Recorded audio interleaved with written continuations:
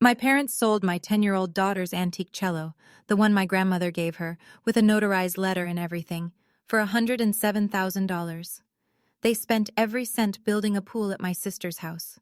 When my 91-year-old grandmother found out, she didn't yell. She smiled and said, "That cello was in my trust." 3 days later, my parents opened a certified letter and went pale. My name is Diana, 34 years old, a paralegal and a single mom, and this is the story of how my family stole from my daughter, and how a 91-year-old woman taught them that paperwork hits harder than shouting. If you're watching this, please subscribe and let me know where you're watching from in the comments. Now, let me take you back to last September, the week everything fell apart. Our apartment was small, 2 bedrooms, 1 bathroom, a kitchen with a window that stuck, and a living room where every piece of furniture had a story that ended with, "It was on sale." We rented it from my family, or what I thought was my family's property. More on that later. But the thing that made that apartment feel like a home wasn't the furniture. It was the sound. Every afternoon around 4:15, Lucy would sit by the window in her bedroom, pull Harriet from the case, and play. Harriet was her cello. A 1923 Heinrich Müller, German-made, with a hairline crack across the top plate that had been restored sometime in the 60s. If you ran your fingertip along the varnish, you could feel where the old wood ended and the repair began, like a scar that healed clean. My great-grandmother Eleanor gave it to Lucy when she was 7, at her very first recital. Eleanor had played that cello at Carnegie Hall in 1958. She'd carried it across 2 marriages, 1 cross-country move, and 60-some years of life, and she put it in my daughter's hands like she was passing along a secret. "This cello is worth more than a car," Eleanor told me afterward, her voice dry and precise, the way former music professors talk.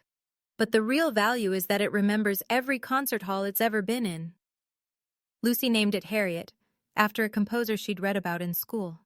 She'd whisper, "Good morning, Harriet," every time she opened the case, like she was waking up a friend.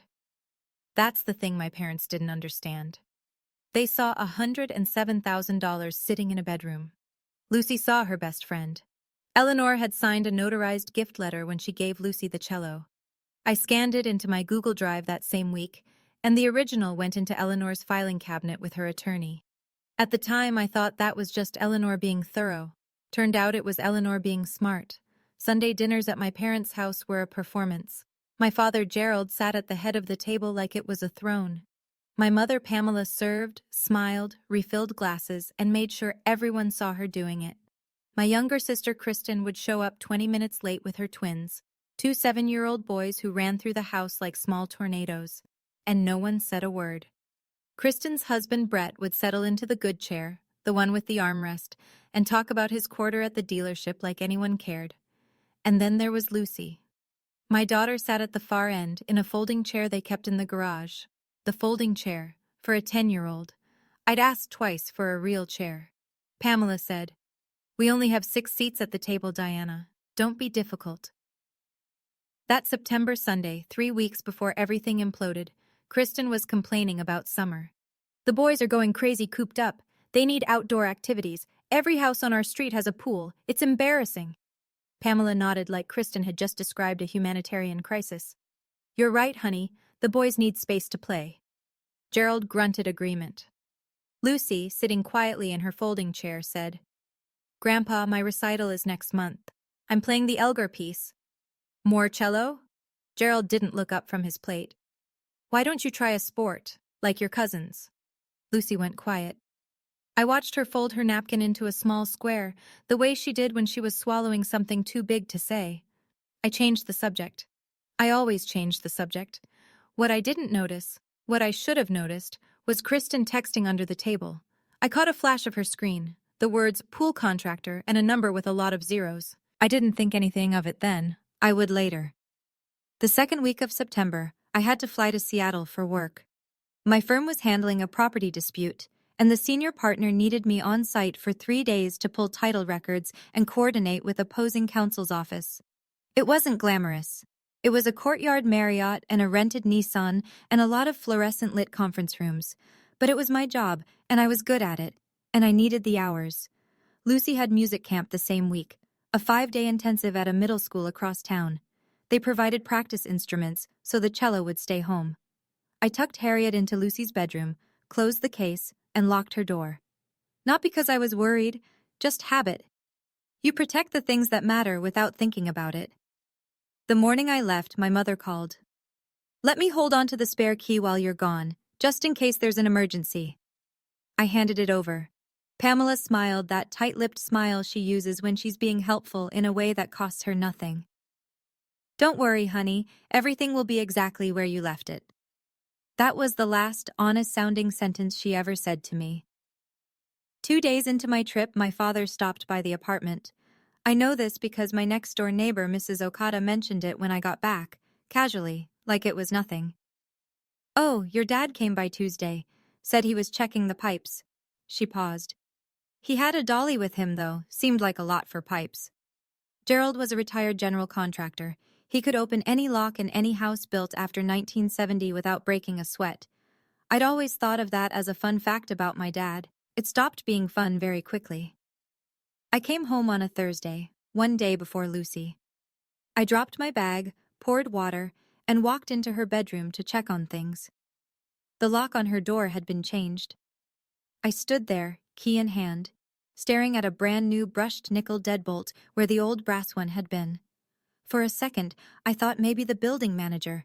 But no, this was my parents' handiwork. Gerald's handiwork. I found the spare key on the kitchen counter, unlocked the new deadbolt, and pushed the door open. The cello case was in its usual corner, but it was wrong, too light against the wall, leaning at an angle Harriet's weight would never have allowed. I crossed the room in 3 steps, knelt down, and unzipped the case. Empty. The velvet lining still held the impression of the instrument, a ghost shape where Harriet had rested. The bow was gone. The rosin was gone. The small cloth Lucy used to wipe the strings was gone. Everything. My heart did something it had never done before. It didn't race. It just stopped. One long, hollow beat of nothing, and then it restarted cold. I called my mother. "Where is Lucy's cello?" Pamela's voice was light, rehearsed.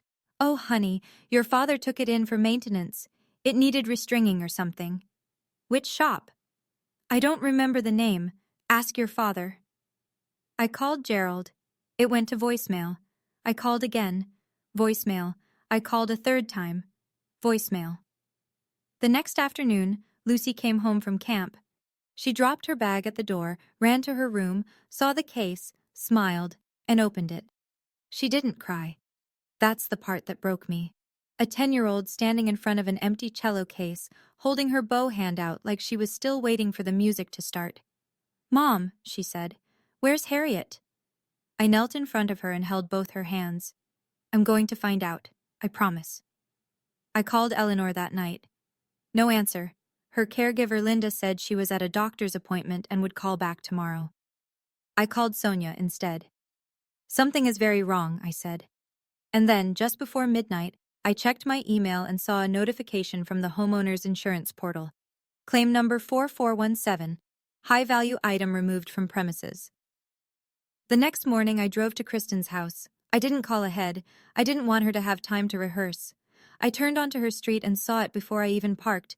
A backhoe in the yard, a trench 6 feet deep carved into the lawn, and 2 guys in hard hats laying rebar. A pool. They were building a pool. Brett stood at the edge of the trench with his arms crossed, supervising like he'd ever built anything in his life. Kristen was leaning against the fence with her phone out, taking a selfie with the construction behind her. She'd already picked a filter. I got out of the car. "Kristen, who's paying for this?" She looked up, startled, then recovered. That quick Caldwell smile. "Oh, Mom and Dad. Birthday present for the boys." "How much?" "I don't know exactly, like 100,000 something?" I didn't handle the details. 100,000 something. She said it the way you'd say a couple $100. Like it was nothing. Like it wasn't my daughter's future sitting at the bottom of that trench. I drove home and called my father again. This time, he picked up. His voice was flat, almost bored, the tone he uses when he's decided a conversation is beneath him. "Diana, calm down. The cello was a family asset. I sold it to a dealer in Seattle. Cascade Vintage Instruments, $107,000. Your mother and I decided to use the funds for the family. The boys needed a pool. That cello was Lucy's. Grandma Eleanor gave it to her. There's a notarized gift letter. Gerald paused exactly 1 second. Then, your grandmother is 91 years old. She doesn't remember what she signed. He hung up. $107,000. He said it like he was reading a grocery receipt, not like he'd just stolen 3 years of my daughter's joy and 60 years of my grandmother's legacy. But he'd made one mistake. He gave me the dealer's name. 2 days later, Gerald called a family meeting. His words, not mine. A family meeting, like we were a corporation and he was the board chair. It was held at my parents' house, naturally. Gerald sat at the head of the dining table. Pamela sat beside him, tissues already in hand, preloaded for the performance. Kristen was there, arms folded, jaw set, playing the role of the wronged younger sister. Brett hovered by the fridge, cracking open a beer like this was a spectator sport. Even Aunt Diane and Uncle Roger had been summoned. Gerald's sister and brother-in-law, the family audience. I came alone. Sonia was watching Lucy. Gerald opened with his closing statement. Diana is blowing this out of proportion. The cello was a family item, stored in a family property. We made a practical decision to use it for something that benefits all the grandchildren. Pamela dabbed her eyes. I just want fairness for everyone. Lucy can learn on another instrument. She's young, she'll adjust. Kristen leaned forward. My boys have never gotten anything from this family. Lucy has Grandma Eleanor wrapped around her finger. She has camp, she has lessons. It's not fair. Uncle Roger cleared his throat. Aunt Diane stared at her plate. Nobody looked at me. I let the room go quiet. I let the silence sit for 3 full seconds, long enough for everyone to hear the refrigerator hum. Then I said, that cello was a notarized gift to a minor. This isn't a family decision. It's theft. Gerald's face darkened. You want to talk lawyers? Fine. But remember who owns the roof over your head, Diana. I stood up. I picked up my jacket. I walked to the door. I'll remember, I said. And so will you. I left. No shouting, no tears, no scene. I had something better than a scene. I had a plan. Within 48 hours of that meeting, I received 11 phone calls. Pamela had been busy. She'd called every relative with a pulse and told them her version of events. Diana was threatening to sue her own parents over an old musical instrument. Diana was ungrateful. Diana was tearing the family apart. Aunt Diane texted first. Don't embarrass the family, Diana. This isn't who we are. Uncle Roger followed. Your parents raised you. They sacrificed. Show some respect. A cousin I hadn't spoken to in 3 years sent me a message on Facebook. Heard you're making trouble. Shame on you. 11 calls, 14 texts. Not one of them asked what actually happened. Not one asked about Lucy. Sonia came over that night. She sat at my kitchen table, scrolled through my phone, and shook her head slowly. This isn't family, she said. This is a cartel with Thanksgiving dinners. I laughed, even though nothing was funny. From the other room, I could hear Lucy practicing. Her school had lent her a student cello, a mass-produced thing with a tinny, flat sound, nothing like Harriet, but Lucy played it anyway. Scales, then arpeggios, then a halting attempt at the Elgar piece. She didn't complain. She never complained. That's the thing about Lucy. She just kept going. And that's when I decided, not with drama, not with a speech, just a quiet shift like a deadbolt turning. I opened my laptop, navigated to Google Drive, and found the file. Eleanor_gift_letter_notarized.pdf. I opened it and read every word. I, Eleanor Marie Whitfield, irrevocably gift the 1923 Heinrich Müller cello, serial number HM-1923-0447, to my great-granddaughter Lucy Ann Caldwell, to be her sole and personal property, dated, signed, notarized, stamped by the state of Oregon. I picked up my phone and dialed Eleanor's number. Grandma, I need to talk to you. About the cello. And about the house. I should tell you something about the way I grew up, because it explains why it took me this long to fight back. When I was 17, I got accepted to Portland State. Partial scholarship. I was proud. First in my family to go to a university. My father sat me down at that same dining table and said, the college fund is for Kristen. She's going to need it. You can figure it out. I worked 2 jobs for 4 years. I graduated. I paid off my student loans over 9 years.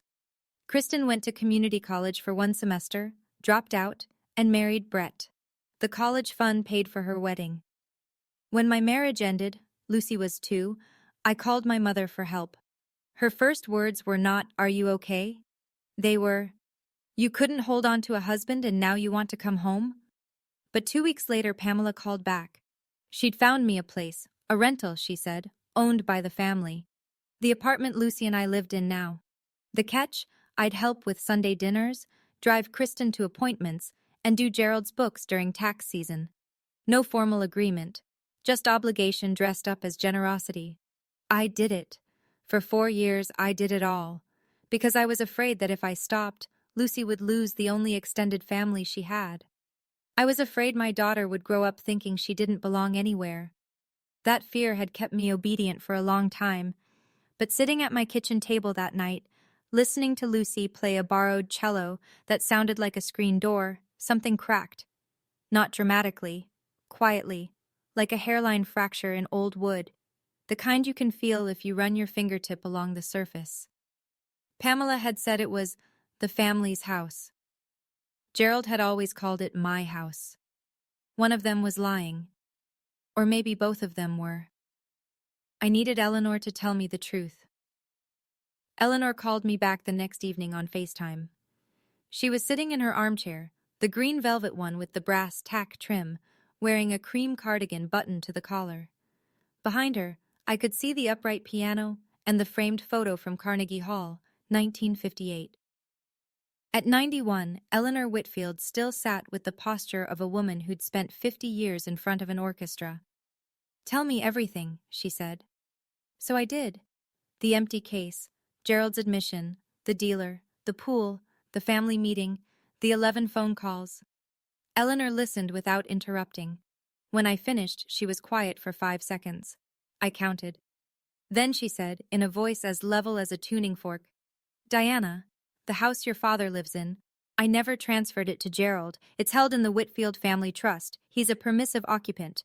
The deed is in the trust's name, always has been." I felt the floor shift beneath me. "Grandma, Dad has always said, Gerald says many things that aren't true. He's been doing it since he was 12. She adjusted her glasses. "The cello is also connected to the trust. It's listed on the asset schedule, section 4.2. I gifted it irrevocably to Lucy, yes. But the insurance policy runs through the trust. Selling it without my signature as trustee isn't just wrong, Diana. It's conversion. It may be theft."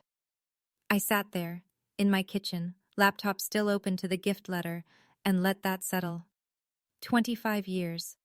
My father had lived in that house for 25 years, told everyone it was his, and never once looked at the deed.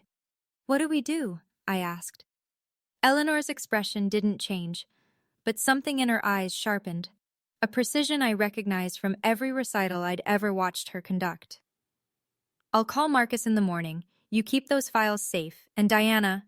She paused. "Stay calm. We don't need to yell. We just need the right signatures." I didn't sleep that night. I sat at the kitchen table with my laptop, a legal pad, and 4 cups of coffee, and I did what I do best. I pulled records. First, the notarized gift letter. Already in Google Drive, time-stamped, backed up, PDF, check. Second, Gerald's texts. I scrolled back through our thread and found it. His confirmation of the sale, the amount, the dealer's name. Cascade Vintage Instruments, $107,000. I screenshotted every message, saved them with dates. Third, I searched the dealer's name. Cascade Vintage Instruments, LLC, based in Seattle. Their website had a current inventory page, and there she was. Harriet, listed under 1923 Heinrich Müller cello, German manufacture, restored. The asking price was $125,000. Gerald had sold her for $18,000 less than what she was already listed for. He hadn't even negotiated. He'd just wanted the money fast. I screenshotted the listing with a timestamp. Fourth, and this one made my hands shake, I logged into the old family Gmail account, the one my parents had set up years ago for shared bills and subscriptions. Gerald had never changed the password. In the sent folder, I found the wire transfer confirmation from their bank, $107,000, Received from Cascade Vintage Instruments LLC, deposited into the personal checking account of Gerald R. Caldwell. Not a family account, not a trust account, Gerald's checking account. He'd pocketed every cent and then distributed it however he saw fit. I saved it, backed it up, printed a hard copy. By 2 in the morning, I had a folder on my desktop labeled Receipts. 14 files, every one of them a nail. I closed my laptop and sat in the dark kitchen, listening to the hum of the refrigerator and the occasional car passing on the wet street outside. The money had gone into Gerald's account, but where had it gone from there? Did Kristen get it directly, or did Gerald pay the contractor himself? I'd find out. But first, I had one more place to look. The family Gmail was a gift that kept giving. I'd been looking for bank records, but what I found was worse, or better, depending on your perspective. In the inbox, buried under a chain of Costco coupons and dentist reminders, was an email thread between my mother and my sister. Kristen had started it. The date was September 3rd, 2 full days before I'd left for Seattle. Mom, the cello guy said he can do $107,000. That's enough for the pool and the patio. Tell Dad to do it before Diana gets back. Pamela replied 4 hours later, I'll handle Diana, she'll get over it. I read it 3 times. Then I read it a 4th time, slowly, word by word, because I needed to be sure I wasn't imagining things. Kristen had contacted the dealer, not Gerald, Kristen. She'd gotten the quote, done the math, and told my mother to make it happen, specifically before I came home. My father was the one who walked into my daughter's room with a dolly and carried out a 90-year-old instrument, but my sister was the one who'd picked the target and set the timeline. Pamela was the cover, Gerald was the muscle, Kristen was the architect. I screenshotted the thread, every email, every timestamp. I saved them into the receipts folder, right between the wire transfer and the dealer listing. 15 files now. I called Sonia at 6 in the morning. She picked up on the second ring because she's a nurse and nurses don't really sleep. I have everything, I said. Emails, texts, transfer records, the dealer listing, all of it. Good. What now? Eleanor's calling Marcus Webb this morning, her trust attorney. Sonia paused. Diana, you've never done this before, stood up like this. I know. I looked down the hallway toward Lucy's door, but nobody's ever come for my kid before. Marcus Webb's office was on the 4th floor of a sandstone building in downtown Portland, the kind of building that smells like old paper and leather and quiet authority. I'd been in law offices before. I worked in one, but this was different. This was Eleanor's territory. Eleanor arrived in a black town car. She wore a gray wool coat, pearl earrings, and carried a folder 2 inches thick. She walked through the lobby without pausing, and the receptionist said, Good morning, Mrs. Whitfield, the way people greet someone they've known for decades. Marcus Webb was mid-50s, silver-haired, thin-framed glasses, the kind of man who looks like he's never raised his voice in his life and never needed to. He shook my hand, offered coffee, and spread the documents across his desk like a dealer laying out cards. He reviewed everything, my receipts, Eleanor's trust documents, the gift letter, the deed. Then he leaned back and laid it out in 3 clean steps. 1. The cello was an irrevocable gift to Lucy, but it's still listed on the trust's insurance schedule. Gerald selling it without Eleanor's authorization as trustee constitutes unauthorized disposal and conversion of a minor's gifted property. We file a police report. 2. We send a demand letter via certified mail. Gerald has 14 days to return the full $107,000 to the trust. If he doesn't, we file a civil suit. 3. The house. He looked at Eleanor. As trustee, you have the right to revoke permissive occupancy. Under Oregon law, Gerald is not a tenant. He's a gratuitous occupant. 30-day written notice, and he's required to vacate. Eleanor nodded once. She picked up the pen Marcus offered and signed every document he placed in front of her. Her hand trembled slightly. She was 91, but her signature was straight and sure. Marcus looked at me. Mrs. Whitfield, you have standing, documentation, and a very clean case. They have a pool they can't afford and a house they don't own. The Multnomah County Sheriff's Office smelled like floor wax and burnt coffee. I sat in a plastic chair under fluorescent lights and waited 19 minutes for a deputy to call my name.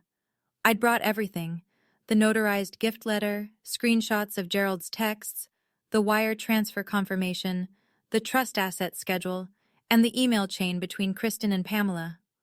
All printed, organized in a manila folder with labeled tabs.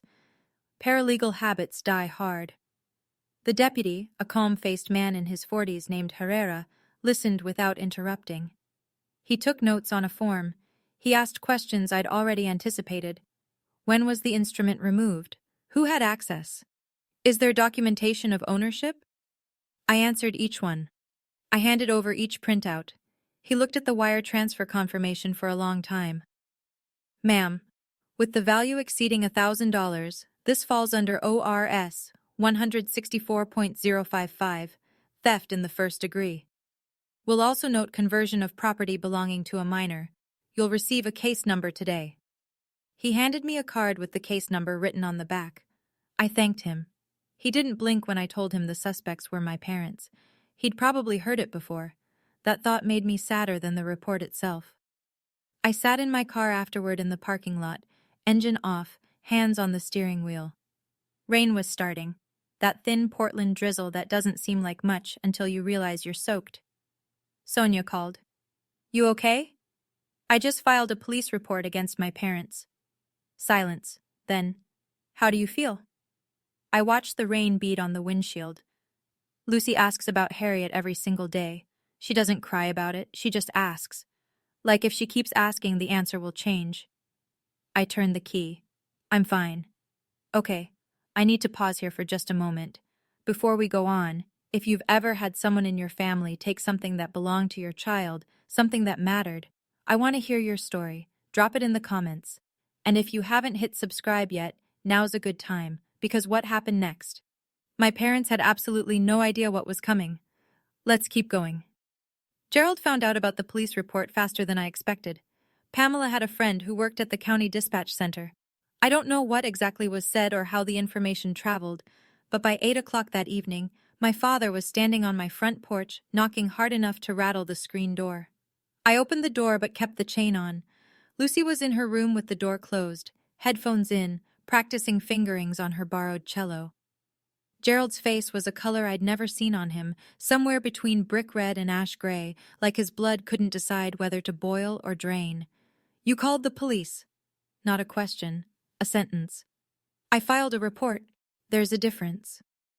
On your own parents, Diana. Your own parents. His voice was low, controlled, the way it always got right before the volume came. Let me tell you something. You live in this house because I allow it. I will change every lock on this building by tomorrow morning. You and Lucy can find somewhere else to sleep. I looked at him through the gap in the chain. He stood on my porch like he owned it, like he'd always owned it, like the ground beneath his feet was a gift he'd given himself and could take back whenever he wanted. This house isn't yours, Dad. His eyes narrowed. Excuse me? You heard me. I've lived here 25 years, and you've never once looked at the deed. He opened his mouth, closed it. His jaw worked silently, like a man chewing something that wouldn't break down. You're done, Diana. You hear me? Done. I closed the door, locked it, slid the chain into place. From Lucy's room, I could hear the faint sound of scales on a tinny cello. She was still practicing, still going. The thing about entitlement is this: it never checks paperwork. It just assumes. Pamela's counterattack came the next morning, and it came on Facebook. She posted at 7:14 a.m. I know because I checked the timestamp later when I screenshotted it. The post was a masterpiece of manipulation, the kind of thing they should teach in psychology courses as a case study. Heartbroken today. My oldest daughter is trying to sue her own parents over a piece of furniture. We gave everything to raise our girls, and this is how we're repaid. Please keep our family in your prayers. Underneath, she'd attached a photo of me at age 6, in a yellow sundress, holding an Easter basket. Little Diana, sweet and obedient, the kind of child who would never cause problems. The comments came fast. 312 friends, and apparently all of them had opinions. So sorry, Pam. Some children just don't appreciate what they have. Praying for you and Gerald. Stay strong. This is what happens when kids think they know better than their parents. A few people tagged me. I didn't respond. I didn't correct. I didn't post my side of the story. I did screenshot the entire post, every comment, every reaction, every timestamp. And I saved it to the receipts folder, 16 files now. A piece of furniture. That's what Pamela called a 1923 cello that had played at Carnegie Hall. A piece of furniture. That told me everything I needed to know about what my mother valued and what she didn't. Sonia called after seeing the post. She's building a narrative. You know that, right? Public sympathy, private pressure. This is textbook. I know. So what do you do? I looked at my laptop screen, where Marcus Webb's email sat in my inbox with 2 attachments, a demand letter and a 30-day notice to vacate. I let the paper do the talking. When? Certified mail goes out tomorrow. The next morning, Marcus Webb walked into the downtown Portland post office and sent 2 envelopes via USPS certified mail, return receipt requested. Envelope 1, addressed to Gerald R. Caldwell and Pamela S. Caldwell, a formal demand letter from the Whitfield Family Trust, requiring full restitution of $107,000 within 14 calendar days. The letter detailed the unauthorized sale, cited the notarized gift, referenced the trust's asset schedule, and stated plainly that failure to comply would result in a civil action for conversion and unjust enrichment. Envelope 2, same address, a 30-day notice to vacate. Eleanor Whitfield, as trustee and property owner, was revoking permissive occupancy of the residence at the address my parents had called home for 25 years. The notice cited Oregon revised statutes, referenced the trust deed, and gave them exactly 30 days from the date of receipt to remove themselves and their belongings from the property. A third copy was sent to Kristen Caldwell Moore at her own address. Formal notice that the trust was pursuing restitution for funds derived from the unauthorized sale, and that any party who received or benefited from those funds may be subject to legal action. Marcus texted me the tracking numbers that afternoon. I saved them. That evening, I sat on the couch and opened the USPS tracking app. The 2 envelopes to my parents were already in transit, moving through the Portland sorting facility like small, quiet bombs. Eleanor called me before bed. Her voice was calm, the way it always was. "It's done," she said. "Now we wait." "Grandma, do you have any regrets?" She was quiet for a moment. "I regret trusting Gerald as long as I did. I don't regret this." I refreshed the tracking app one more time before I turned off the light. In transit to destination. The next day, the status changed. Delivered. Signed by G. Caldwell. Sonia lived 3 blocks from my parents' house. She wasn't spying. She'd lived in that neighborhood since before my parents moved in. But she did happen to be driving past at 3:17 that afternoon, and she saw what she saw. Gerald was standing at the mailbox. He'd pulled out a white envelope, the kind with the green certified mail sticker, and he was reading it right there in the front yard. Sonia said his face went through 3 colors in 10 seconds. Normal, red, then a shade of pale she'd only ever seen in the ER. Pamela came out the front door. She must have heard something or sensed it, because she was already moving fast. Gerald handed her the letter without a word. Pamela read it standing on the lawn, and her hands started shaking so hard that the pages fluttered in the afternoon air. 20 minutes later, my phone rang. Gerald's name on the screen. His voice was different. Not commanding. Not bored. Not dismissive. Scared. "Diana, what did your grandmother do? This letter, it says we have to leave the house. This is our house. I've been here 25 years. The deed says Whitfield Family Trust, Dad. It's always been Grandma's house. You just never checked." She's confused. She doesn't know what She knows exactly what she's doing. She signed every document herself. "I'll fight this. I'll get a lawyer." "You should. His number is on the letter. Marcus Webb. He's been Grandma's attorney for 20 years. I'm sure he'd appreciate hearing from you." Gerald made a sound I'd never heard him make. Something between a cough and a groan, the sound of a man whose floor has just become a trapdoor. "You'll regret this, Diana." "Maybe, but Lucy won't."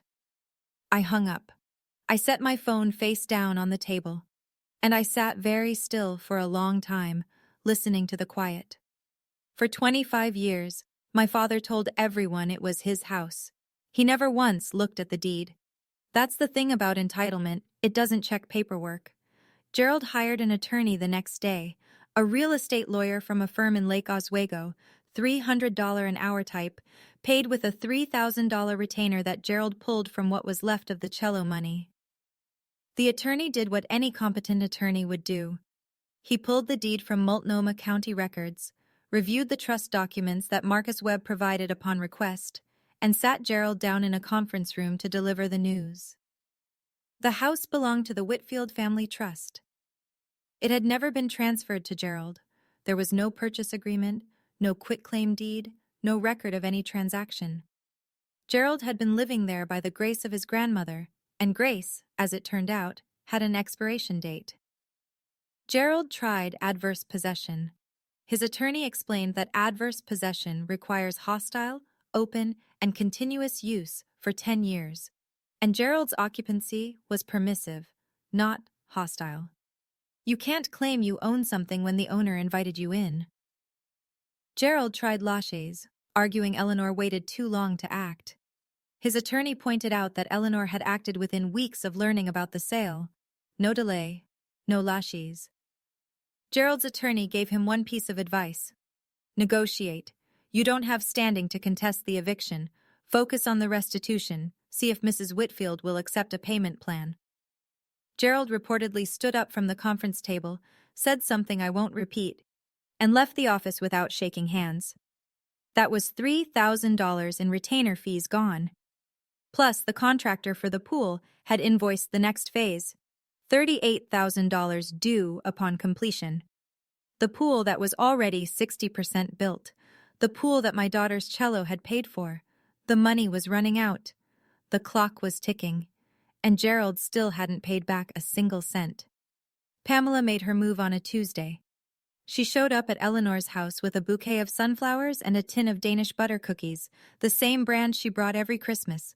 Like clockwork, and in sincerity had the same rhythm. Eleanor's home aide, Linda, answered the door and later told me every detail. Pamela sat in the living room on the edge of Eleanor's settee, clutching the sunflowers like a shield. Eleanor sat across from her in the green velvet armchair and let Pamela talk first. Grandma Eleanor, the family is falling apart. Diana has gone too far. She's filed police reports. She's bringing lawyers. This is destroying us.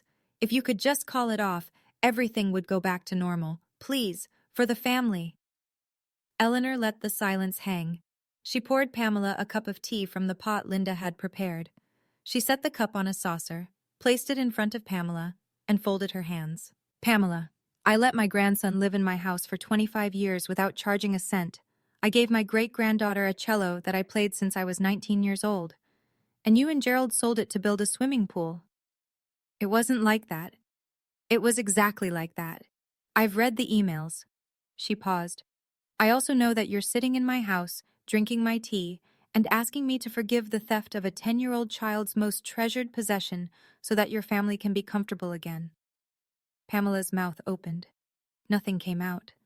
Eleanor stood, slowly, deliberately, the way a woman with 91 years of practice stands when she's done with a conversation. The door is behind you. Marcus will be in touch. Pamela left. Linda said she was crying before she reached her car. Eleanor sat back down, picked up her tea, and took a sip. Then she turned to Linda and said, That woman brought me grocery store cookies. She couldn't even bother with homemade. 14 days. That was the window Marcus gave them. 14 days to return $107,000.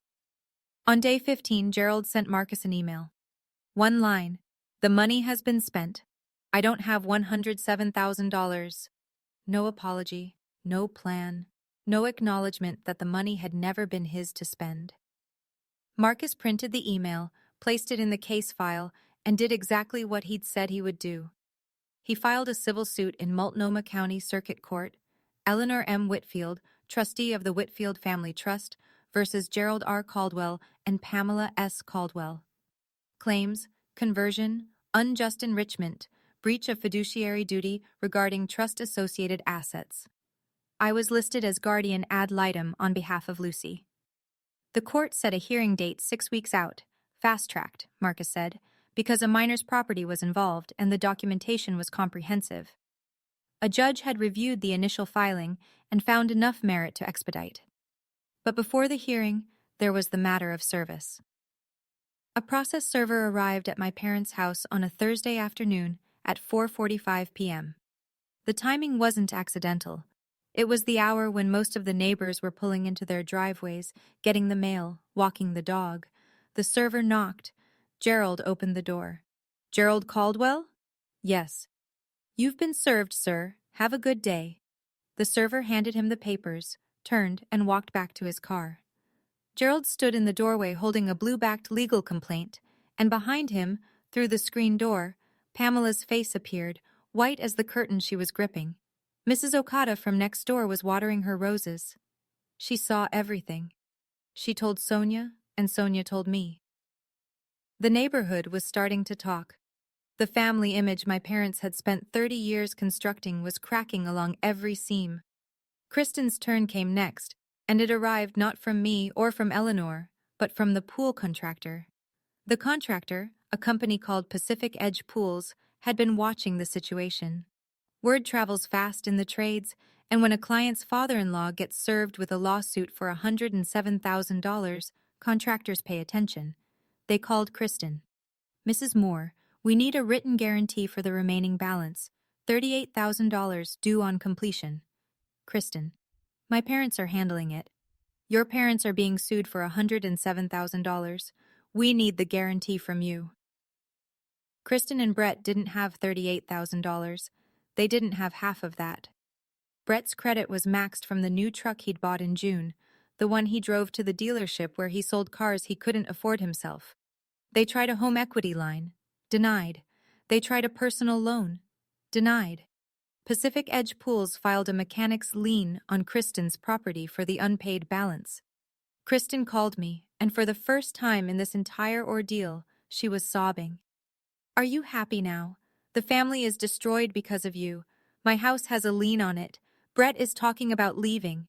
Are you satisfied?" I let her finish. I waited until the only sound was her breathing. "Kristen, you sent Mom an email on September 3rd telling her to sell Lucy's cello before I got home. You picked the target. You set the timeline.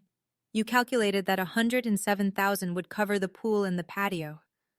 Dead silence. "Everything that is happening to you right now started with that email. Not with me." She hung up. I felt nothing. Not satisfaction. Not guilt. Just the flat, clear sense of a ledger being balanced. 1 week later, Brett Moore filed for legal separation. He wanted no part of the debt. "All right, we're getting to the part everyone's been waiting for. But before we do, if this story is hitting close to home, you're not alone. Hit that like button so more people can find this, and share it with someone who needs to hear it today. Stick around, because the courtroom scene is next. My father's face was something I will never forget. Here we go. Multnomah County Courthouse. 3rd floor. Courtroom 3B. It smelled like old wood and recycled air, and the overhead lights gave everything a faintly yellow cast, like a photograph that's been sitting in a drawer too long. I sat on the left side of the gallery, next to Marcus Webb. Eleanor sat beside me, back straight, hands folded over her gray wool coat. She looked like she'd been sitting in courtrooms since before the building was built. Sonia was 2 rows behind us, there because I'd asked her to be, and because she'd said, "You're not doing this without backup." Gerald and Pamela entered from the right. Gerald wore a blazer that didn't quite fit anymore, something he'd pulled from the back of a closet. Pamela clutched a tissue. Their attorney, a younger man I didn't recognize, carried a thin folder. Thin because there wasn't much to put in it. Kristen wasn't there. She wasn't a named defendant, or maybe she just couldn't face it. Gerald's attorney made his arguments. Adverse possession, denied. The court noted permissive occupancy. Laches, denied. Eleanor acted within weeks. Then he tried family gift, claiming the cello was communal family property, not Lucy's. Marcus stood. He presented the notarized gift letter. The trust asset schedule, section 4.2. The wire transfer confirmation. The email chain between Kristen and Pamela, time-stamped, authenticated. The police report. And finally, Pamela's Facebook post, calling a 1923 Carnegie Hall cello a piece of furniture. He laid each document on the table like he was dealing a hand no one could beat. The judge, a woman in her 60s with reading glasses on a chain, turned to Gerald. "Mr. Caldwell, did you have authorization from the trustee to sell this instrument?" Gerald straightened in his chair. "It was in my house." "That's not what I asked." The courtroom went silent. Gerald opened his mouth, then closed it.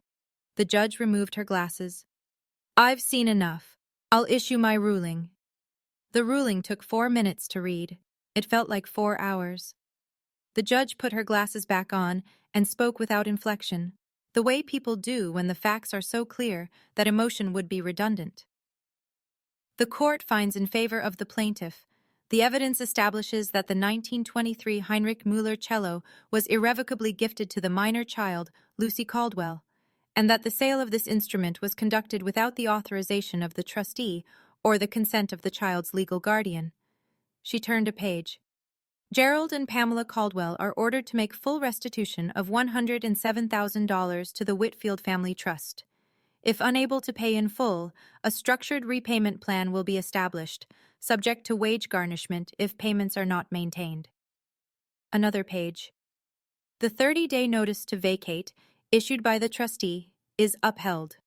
The respondents have 30 calendar days from today's date to remove themselves and their personal property from the residence.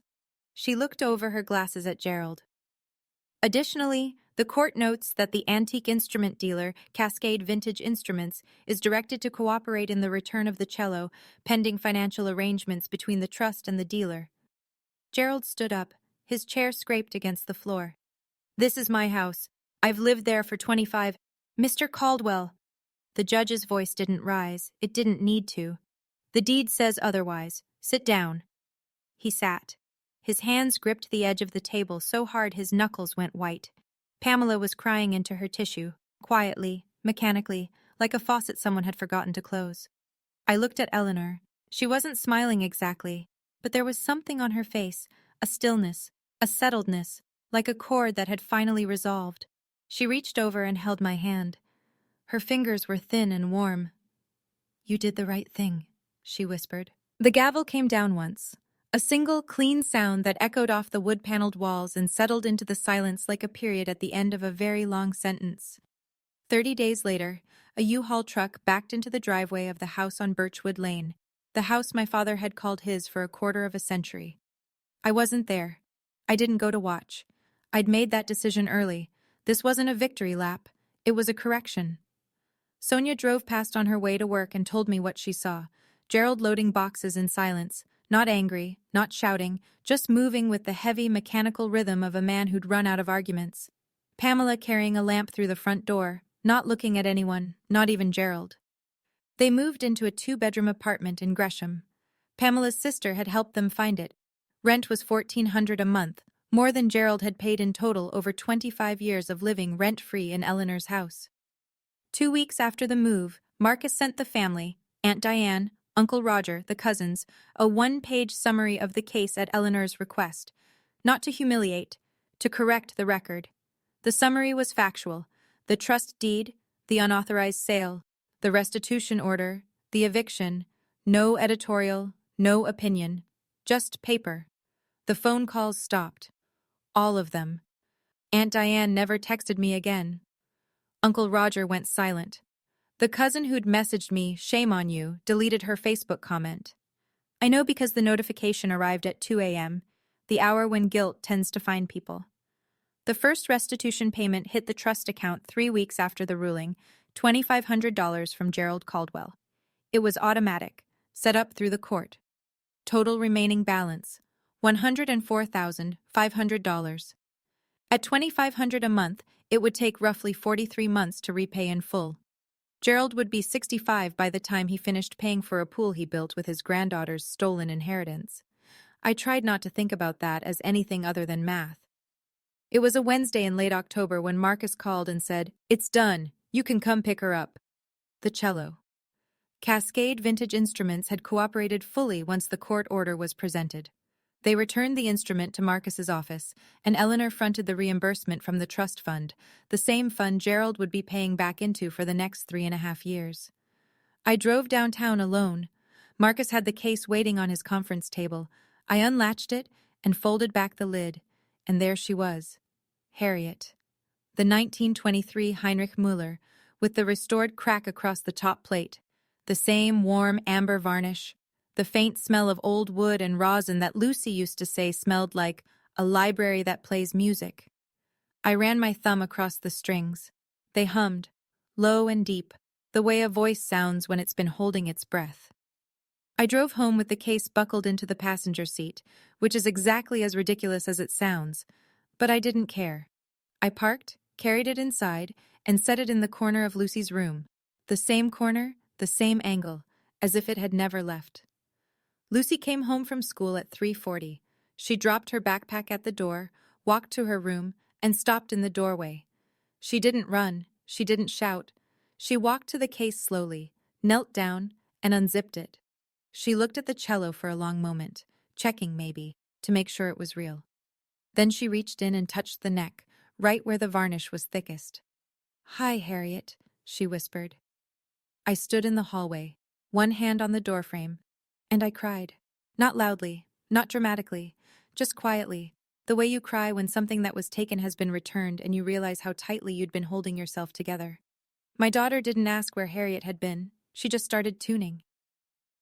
That evening, after Lucy was asleep, I sat at the kitchen table and drafted an email. I sent it to 3 addresses: Gerald, Pamela, and Kristen. It was short. I'd spent years over-explaining myself to people who never listened. This time, I let the words be small and final. Effective immediately, I am establishing no contact boundaries. All communication regarding the restitution will go through Marcus Webb's office. Do not contact me or Lucy directly. I wish you well, but I need to protect my daughter and myself. Gerald replied within the hour. One sentence. "You'll regret this." I didn't respond. Pamela sent 6 emails over the next 3 days. Long, winding messages full of scripture quotes, childhood memories, and sentences that started with, "After everything we've done for you." I didn't open a single one. I forwarded them to Marcus unopened and asked him to flag anything legally relevant. Kristen sent one text message, 4 days later. "I'm sorry." I read it. I sat with it. I didn't reply. Not out of cruelty, out of honesty. I wasn't ready to forgive, and I wasn't going to pretend I was. Maybe someday. Maybe not. That was allowed. The next Saturday, I went to the hardware store on Burnside and bought a new deadbolt. A Schlager. Brushed nickel, top of the line. I installed it myself. I wasn't as good at it as Gerald the contractor, but it locked, and that was enough. 2 keys, one for me, one for Lucy, nobody else. That night, I stood at the front door and tested the lock 3 times. Each time it clicked, something inside me settled a little deeper. Family is not a debt you inherit. And a locked door isn't cruel. It's a boundary. 3 months after the ruling, Saturday afternoons became ours. Every week, Lucy and I would drive to Eleanor's house, a craftsman bungalow on a tree-lined street in southeast Portland, with a front porch that sagged in exactly the right way and a garden that Eleanor still supervised from her window.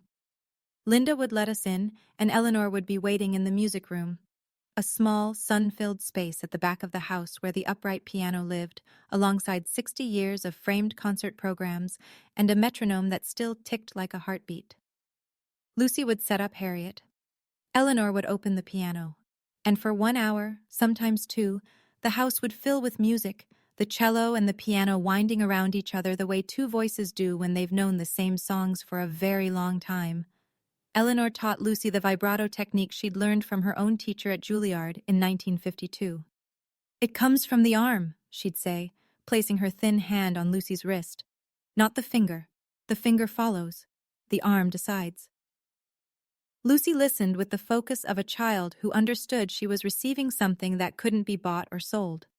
One Saturday, Eleanor said to her, "You keep this cello, Lucy. But more important, you keep the music. Nobody can take that. Not ever." Lucy nodded, her bow resting on the strings, and said, I know, Grandma Eleanor. I sat in the armchair in the corner, the same green velvet chair where Eleanor had sat when she'd dismissed Pamela, and I drank tea and listened. Sometimes I'd close my eyes and let the music fill the room like warm water. For the first time in years, I didn't feel like I was holding anything up. No obligation, no performance, no folding chairs, just music and tea and the kind of quiet that comes after you finally stop tolerating the noise. In November, I started therapy. It was the first time I'd ever sat across from a professional and talked about my family without making excuses for them. Her name was Dr. Langford, and in our second session, she said something I carry with me still. Diana, setting a boundary isn't a betrayal. It's the first honest thing you've done in a family that rewarded dishonesty. I sat with that for a long time. Here's where things stood 5 months after the court ruling. Gerald had paid $12,500 into the trust, 5 monthly payments of $2,500. He had $94,500 left. He and Pamela were living in the Gresham apartment, and from what little I heard through Sonia, they kept to themselves. Gerald had taken a part-time consulting job with a small construction firm. Pamela volunteered at a church thrift shop. They were quiet. Whether that was peace or just exhaustion, I couldn't say. Kristen's house sold in January. The mechanic's lien, plus Brett's attorney fees from the separation, ate through most of the equity. The pool in the backyard was 60% finished, a concrete shell with no tile, no water, no purpose. The listing photos showed it covered with a blue tarp, like a wound someone had bandaged and walked away from. Kristen moved into a rental with the twins. Brett moved to Bend. Eleanor's house, the one on Birchwood Lane, sat empty for a month after Gerald left. Then Eleanor offered it to me and Lucy. $1 a month. It's still in the trust, she said. But it should have someone playing music in it. Lucy was accepted into the Portland Youth Symphony in October. She was the youngest cellist in the ensemble. Her audition piece was the Elgar Cello Concerto, the same piece Eleanor had played at Carnegie Hall in 1958. I looked at our life, the therapy, the house, the orchestra, the quiet Saturday afternoons, and I thought, I didn't lose my family. I lost the version of family that was never really mine. What I kept was better. December. Portland Youth Symphony Winter Recital. Arlene Schnitzer, Concert Hall. The lobby smelled like wet wool and perfume, and the particular electricity of a room full of parents trying to find their seats. I was in row 5, center section. Eleanor sat to my left, wearing her gray wool coat and the pearl earrings she'd had since the 60s. Her posture was immaculate. Sonia was on my right, already recording on her phone even though the lights hadn't dimmed yet. The hall went dark. The stage lights came up, warm amber, the same color as Harriet's varnish. Lucy walked out from the wings. She was wearing a black dress we'd picked out together at a consignment shop on Hawthorne. Her hair was pulled back. She held the cello by the neck, carefully, the way you carry something that's both fragile and unbreakable. And she sat down, adjusted the end pin, and placed the bow across the strings. She didn't look nervous. She looked ready. The conductor raised his baton. The orchestra breathed in, and Lucy began to play. The Elgar Cello Concerto, first movement. The same piece Eleanor had played at Carnegie Hall in 1958 on the same instrument, 66 years apart. The sound filled the hall, deep and warm and aching, the way a cello always sounds when it's telling you something that words can't reach. I closed my eyes. I let it wash over me. Every fight, every document, every phone call, every locked door. And I let it all go quiet. Eleanor reached over and took my hand. She squeezed once. She didn't say anything. She didn't need to. The music ended. The hall erupted. 800 people applauding. But the sound I'll remember most is the one just before. The last note, hanging in the air like a held breath, before Lucy lowered her bow and smiled. Not a performer's smile. A kid's smile. The smile of a 10-year-old who knows she's safe. I sat there, finally still. Not because the fight was over, but because the right people were in the right seats. Thank you so much for staying until the very end. If Diana's story reminded you that setting boundaries, even with the people who raised you, is not betrayal, it's survival, then give this video a like. Subscribe if you haven't, and check the description below for another story about a mom who discovered her family had been hiding a house from her for 15 years. I'll see you in the next one. Stay safe, protect your people, and remember, you don't owe anyone your peace. Wherever this story takes you, I hope you carry this with you. Protecting your child is never making drama. Sometimes the quietest thing you do is the strongest. And a locked door isn't cruel, it's just a boundary with a key.